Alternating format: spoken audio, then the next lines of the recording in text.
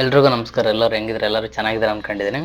ಇವತ್ತು ನಾವು ಬಂದಿದ್ವಿ ಗೌಡಗೆರೆ ಕ್ಷೇತ್ರದ ಚಾಮುಂಡೇಶ್ವರಿ ದೇವಸ್ಥಾನಕ್ಕೆ. ಈ ಕ್ಷೇತ್ರವು ರಾಮನಗರ ಡಿಸ್ಟಿಕ್ಕು ಚನ್ನಪಟ್ಟಣ ತಾಲೂಕಿನ ಗೌಡಗೆರೆ ಎಂಬ ಗ್ರಾಮದಲ್ಲಿ ಈ ದೇವಸ್ಥಾನ ಲೊಕೇಟೆಡ್ ಆಗಿರೋದು. ಇದು ಸುಮಾರು ಬೆಂಗಳೂರಿನಿಂದ 80 ಕಿಲೋಮೀಟರ್ ದೂರದಲ್ಲಿದೆ ಹಾಗೂ ಚನ್ನಪಟ್ಟಣದಿಂದ 20 ಕಿಲೋಮೀಟರ್ ಸಮೀಪದಲ್ಲಿದೆ. ಈ ಅಮ್ಮನವರ ವಿಶೇಷತೆ ಏನಪ್ಪಾ ಅಂತಂದರೆ 60 ಅಡಿ ಎತ್ತರದ ಪಂಚಲೋಹದ 18 ಕೈಗಳಿರುವ ವಿಶ್ವದ ಅತಿ ಎತ್ತರದ ಚಾಮುಂಡೇಶ್ವರಿ ವಿಗ್ರಹ. ಪವಾಡಗಳು, ಕಷ್ಟ ನಿವಾರಣೆ, ಮಾಟ ಮಂತ್ರದಿಂದ ಮುಕ್ತಿ, ಮದ್ಯಪಾನದಂತಹ ದುಶ್ಚಟಗಳಿಂದ ಹೊರಬರಲು ಬಯಸುವವರಿಗೆ ಇದು ಪ್ರಮುಖ ತಾಣವಾಗಿದೆ. ದೇವಸ್ಥಾನದ ಆವರಣದ ಬಸಪ್ಪ ಪವಾಡಗಳು ನಡೆಯುತ್ತವೆ. ಈ ದೇವಾಲಯವು ಕೇವಲ ಪೂಜಾ ಸ್ಥಳವಾಗಿರದೆ ನಂಬಿಕೆ ಮತ್ತು ಶಕ್ತಿಯ ಕೇಂದ್ರವಾಗಿದೆ. ಇಲ್ಲಿ ಅಮ್ಮನನ್ನು ನಂಬಿ ಬಂದವರಿಗೆ ಯಾವತ್ತೂ ಕೈ ಬಿಡುವುದಿಲ್ಲ. ಅಮ್ಮನವರ ವಿಗ್ರಹ ಲೋಕಾರ್ಪಣೆಯಾಗಿದ್ದ ವರ್ಷ ಆಗಸ್ಟ್ 8ನೇ ತಾರೀಕು 2021. ಈ ವಿಗ್ರಹ ಸುಮಾರು 35,000 kg ಹಾಗೂ 800 ಗ್ರಾಮ್ ತೂಕವಿದೆ.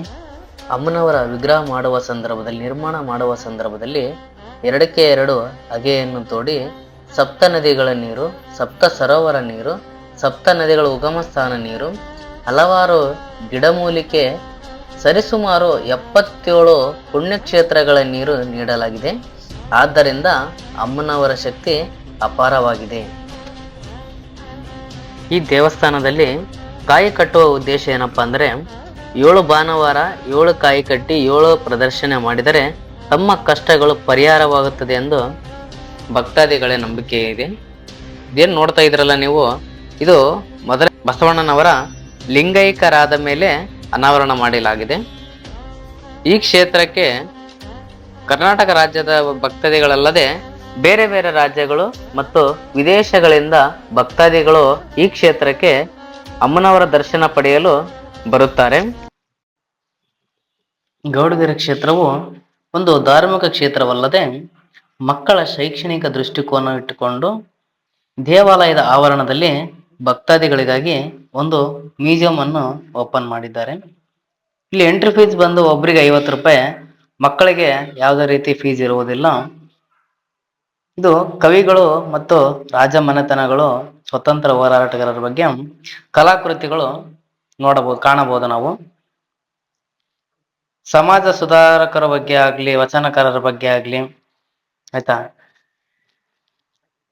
ಏನ್ ನೀವು ನೋಡ್ತಾ ಇದ್ದೀರಲ್ಲ, ಸಣ್ಣ ಪುಟ್ಟ ಕಲಾಕೃತಿಗಳು ಇವೆಲ್ಲ ನೋಡಲು 2 ಕಣ್ಣು ಸಾಲದು. ದಾಸರಂದೇ ದಾಸರಯ್ಯ, ನಮ್ಮ ಪುರಂದರ ದಾಸರಯ್ಯ ಅವರ ಕಲಾಕೃತಿ ನೋಡ್ಬೋದು ನೀವು. ನೋಡಿ, ಒನಕೆ ಓಬವ್ವ ಹೈದರಾಲಿಯ ಸೈನಿಕರನ್ನು ಬಡಿದ ಸೈಡಿಗೆ ಹಾಕುತ್ತಿರುವ ದೃಶ್ಯ ನೋಡಲು 2 ಕಣ್ಣು ಸಾಲದು. ಹಂಗೆ ನೋಡಿದ್ರೆ ರೋಮಾಂಚನ ಆಗ್ಬೇಕು. ಬಸವಣ್ಣನವರ ಕಲ್ಯಾಣ ಮಂಟಪ ಪ್ರವಚನ ಮಾಡ್ತಾ ಇರೋದು ಬಸವಣ್ಣನವರು ಅಷ್ಟೇ. ಇಲ್ಲಿ ಹೇಳ್ತೇವೆ, ಒಂದೊಂದು ಕಲಾಕೃತಿಗಳು ತುಂಬಾ ಸುಂದರವಾಗಿ ಮೂಡಿದೆ. ಅಮ್ಮನವರ ನವ ಅವತಾರಗಳು ನಮಗೆ ಕಾಣಲು ಸಿಗುತ್ತದೆ. ತುಂಬಾ ಆಕರ್ಷಣೀಯವಾಗಿದೆ. ಇದಲ್ಲದೆ ತಂತ್ರಜ್ಞಾನದ ಬಗ್ಗೆ, ಮಂಗಳ ಗ್ರಹದಲ್ಲಿ ಹೋಗಿದ್ರಲ್ಲ ನೋಡಿ, ಇಸ್ರೋದ ಎಲ್ಲ ತೋರಿಸಿದ್ದಾರೆ. ಮಕ್ಕಳಿಗಂತೂ ಒಂದು ಲೆಸನ್ ಆಗುತ್ತೆ ಇಲ್ಲಿ ಕರ್ಕೊಂಬಂದ್ರಾಗೇನೆ ಹುಡುಗರಿಗೆಲ್ಲ. ಆಮೇಲೆ ನಮ್ಮ ಸಂಸ್ಕೃತಿ, ಆಚಾರ ವಿಚಾರ ಮತ್ತು ಉಡುಗೆ ತೊಡುಗೆ ಈ ಮಕ್ಕಳಿಗೆ ತೋರಿಸ್ಬೇಕು, ಸಿಟಿ ಮಕ್ಕಳಿಗೆ. ಯಾಕಂದ್ರೆ ಅವ್ರಿಗೆ ಗೊತ್ತಿರಲ್ಲ ನಮ್ಮ ಹಳ್ಳಿ ಜನ ಹೆಂಗ್ ಜೀವನ ಮಾಡ್ತಾ ಇದ್ರು ಅಂತ.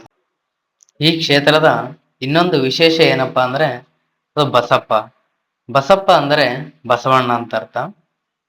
ಇಲ್ಲಿ ರಾಮನಗರ ಡಿಸ್ಟಿಕ್ ಅಲ್ಲಿ ಆಲ್ಮೋಸ್ಟ್ ದೇವಸ್ಥಾನಗಳಲ್ಲಿ ಬಸವಣ್ಣನನ್ನು ಪೂಜೆ ಮಾಡ್ತಾರೆ. ಅನೇಕ ಭಕ್ತಾದಿಗಳು ಬಸಪ್ಪನ ಪವಾಡಗಳನ್ನು ನೋಡಲು ಇಲ್ಲಿಗೆ ಈ ಕ್ಷೇತ್ರಕ್ಕೆ ಬರುತ್ತಾರೆ.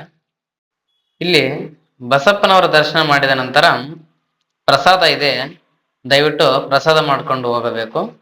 ತಮ್ಮ ತಟ್ಟೆಗಳನ್ನು ತಾವೇ ತೊಳೆದುಕೊಂಡು ಹೋಗಿ. ಅನ್ನವನ್ನು ಯಾರೇ ವೇಸ್ಟ್ ಮಾಡಬೇಡ್ರಿ. ಒಂದು ತುತ್ತಿನ ಅನ್ನದ ಹಿಂದೆ ಸಾವಿರಾರು ಜನರ ಶ್ರಮವಿದೆ. ಹಾಗಾಗಿ ಅನ್ನವನ್ನು ವೇಸ್ಟ್ ಮಾಡಕ್ ಹೋಗ್ಬೇಡ್ರಿ. ದಾನಗಳಲ್ಲಿ ಶ್ರೇಷ್ಠ ದಾನ ಅನ್ನದಾನ. ನಿಮ್ಗೆ ಎಷ್ಟು ಬೇಕು ಅಷ್ಟೇ ನೀಡಿಸ್ಕೊಂಡು ಆರಾಮಾಗಿ ಊಟ ಮಾಡ್ಕೊಂಡು ಹೋಗ್ರಿ. ವರ್ಷದ 365 ದಿನ 24x7 ಇಲ್ಲಿ ಅನ್ನದಾಸೋಹ ನಡೆಯುತ್ತದೆ.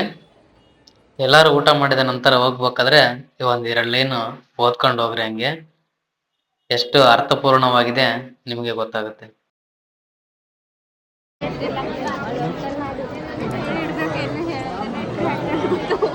ಬಾಯಿಲಿ ಒಂದು ಕಾಯಿ ನೀಡೋ ಬೇಗ ಮದುವೆ ಆಗಲಿ ಅಂತ. ಆಗುತ್ತೆ ಪರವಾಗಿಲ್ಲ, ಬಾಯಿಲಿ ನೀನು ಇಡ್ಬಾಯಿ, ನೀನು ಇಡ್ತೆ, ನಿನ್ನ ಕೈಲಾಗುತ್ತೆ ಬಾ. ಇಡ್ತಿದ್ದಾನೆ ಇಟ್ಟಲ್ಲಪ್ಪ, ನಡಗಿಸ್ತಾ ಏನು ಕೈ ಅಲ್ಲಿಡಕ್ಕೆ ನಡಗಿಸ್ತಾನೆ ಎಲ್ಲಪ್ಪ. ನೋಡ್ಬೇಕು ಕಾಣೆ. ಬಂದಿರುವ ಭಕ್ತಾದಿಗಳಿಗೆ ಬಸ್ಸಿನ ವ್ಯವಸ್ಥೆ ಇರುತ್ತದೆ. ರಾಮನಗರ, ಮದ್ದೂರು, ಚನ್ನಪಟ್ಟಣ ಈ ಮಾರ್ಗವಾಗಿ ಹೋಗುವವರೆಗೆ ಬಸ್ಸು ಅನೇಕ ದೊರೆಯುತ್ತವೆ. ಇಲ್ಲಿ ಯಾವುದೇ ಪಾರ್ಕಿಂಗ್ ಶುಲ್ಕವಿರುವುದಿಲ್ಲ, ನೀವು ಫ್ರೀಯಾಗಿ ಪಾರ್ಕಿಂಗ್ ಮಾಡ್ಬೋದು. ಈ ವಿಡಿಯೋ ಇಲ್ಲಿಗೆ ಮುಗಿಸೋಣ. ಲೈಕ್ ಮಾಡಿ, ಶೇರ್ ಮಾಡಿ, ಸಬ್ಸ್ಕ್ರೈಬ್ ಮಾಡಿ. ನೆಕ್ಸ್ಟ್ ವಿಡಿಯೋದಲ್ಲಿ ಸಿಗೋಣ. ಓಕೆ, ಬಾಯ್ ಬಾಯ್.